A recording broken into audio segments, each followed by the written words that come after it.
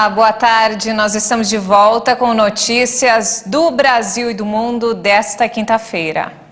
E olha só, as negociações entre Rússia e Ucrânia foram retomadas nesta quinta. Desta vez na fronteira entre Polônia e Belarus. A primeira rodada de conversas na semana passada não teve avanços. Uma nova rodada de negociações começou entre as delegações da Rússia e Ucrânia para tentar alcançar uma solução para a crise entre os dois países. A conversa acontece na fronteira bielorrussa-polonesa. O conselheiro da presidência ucraniana afirmou que os pontos chaves da agenda são um cessar-fogo e os corredores humanitários para a retirada de civis das cidades e povoados destruídos ou bombardeados de maneira constante. O negociador russo Vladimir Medinsky disse que a delegação coloca 3 questões na mesa: o aspecto técnico-militar, humanitário e internacional, bem como a política. O presidente francês Emmanuel Macron voltou a conversar com Vladimir Putin e depois com Volodymyr Zelensky. O chefe de Estado tenta mediar uma solução da crise entre os dois países no dia em que as negociações por um cessar-fogo são retomadas.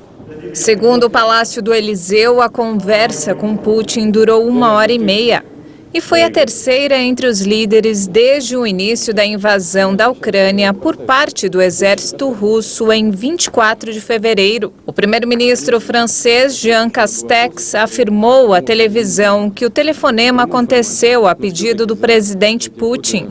O Kremlin informou que o presidente russo disse a Macron que poderá aumentar suas exigências na lista de demandas apresentadas à Ucrânia.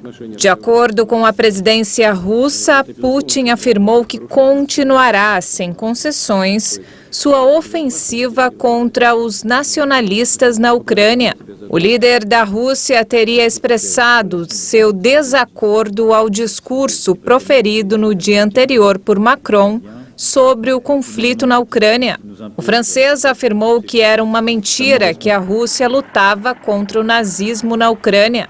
Macron insistiu que a Rússia não é o país atacado, mas o agressor, e que a guerra não é um conflito entre a OTAN e a Rússia. E o Brasil pode sentir em breve o efeito da guerra em uma possível falta de fertilizantes no agronegócio. Apesar da preocupação, a ministra da Agricultura e Pecuária e Abastecimento, Tereza Cristina, garantiu que o país tem estoque até outubro. A invasão na Ucrânia afeta o mundo, seja através do efeito bumerangue provocado pelas fortes sanções contra Moscou ou pela impossibilidade de importação de produtos. No Brasil, uma das preocupações do agronegócio é sobre os fertilizantes. Apesar dos temores, a ministra da Agricultura, Pecuária e Abastecimento, Tereza Cristina, afirmou que o estoque está garantido até a próxima safra, em outubro. Em meio a uma possível crise, a ministra disse que vai ao Canadá tentar negociar a demanda de fertilizantes. De acordo com a ministra, o impacto ao consumidor depende do tempo da guerra. Sem esses produtos, a tendência é que a oferta vai fazer disparar o preço dos alimentos. O alerta sobre o mercado internacional de fertilizantes vem desde fevereiro, quando começaram as sanções econômicas em Belarus. As exportações do produto bielorrusso estão suspensas para o Brasil por causa do fechamento dos portos da Lituânia para o escoamento de fertilizantes. O cenário se agravou ainda mais com o início da guerra, já que a própria Rússia é o principal fornecedor do produto para o mercado brasileiro. As redes sociais passaram a ser uma arma importante para a Ucrânia nesta guerra.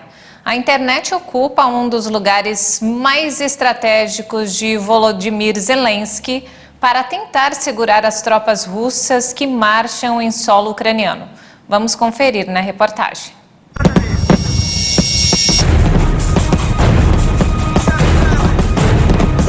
A invasão, os ataques,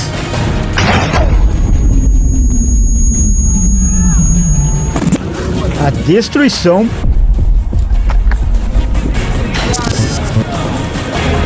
e a resistência.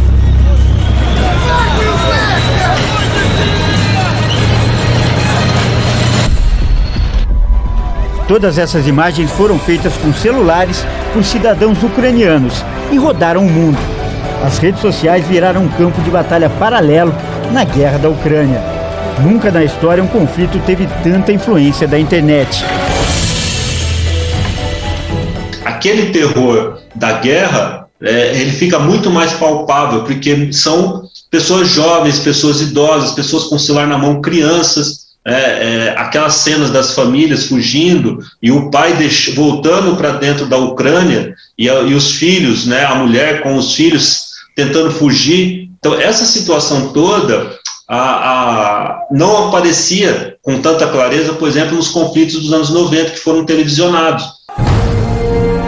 E no campo das redes sociais, os ucranianos têm levado vantagem sobre os russos, segundo a avaliação dos especialistas.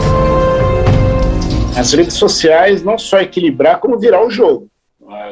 Existe uma grande campanha em prol da Ucrânia, que acabou sendo agredida, né, por um ente, mas lembrando que a trincheira das redes sociais é muito diferente da trincheira da vida real.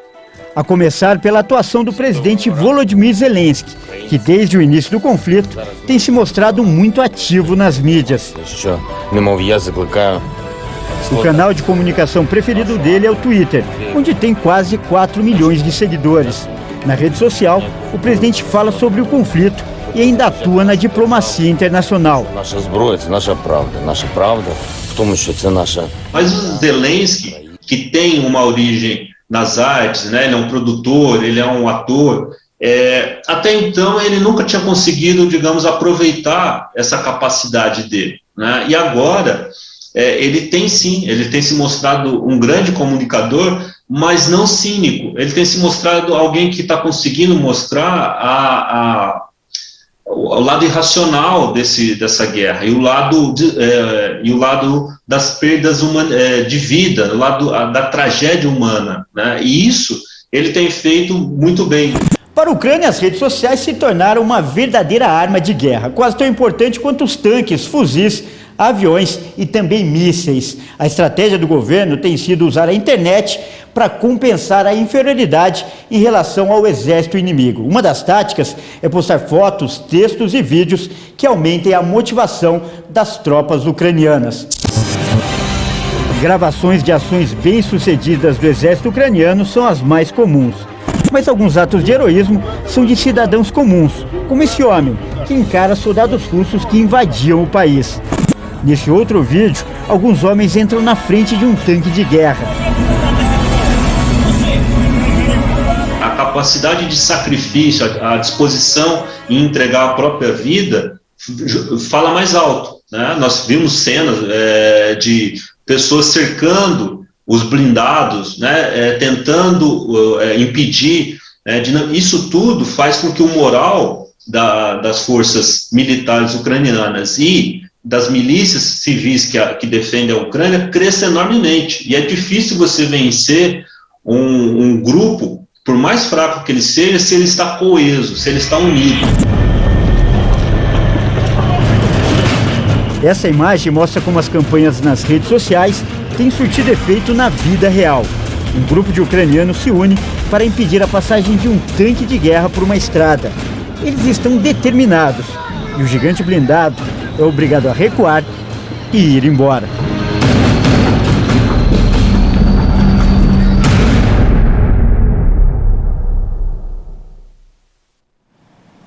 Muito triste. E não temos mais tempo, essa edição fica por aqui. Eu volto daqui a pouco às 5 da tarde. Obrigada pela companhia.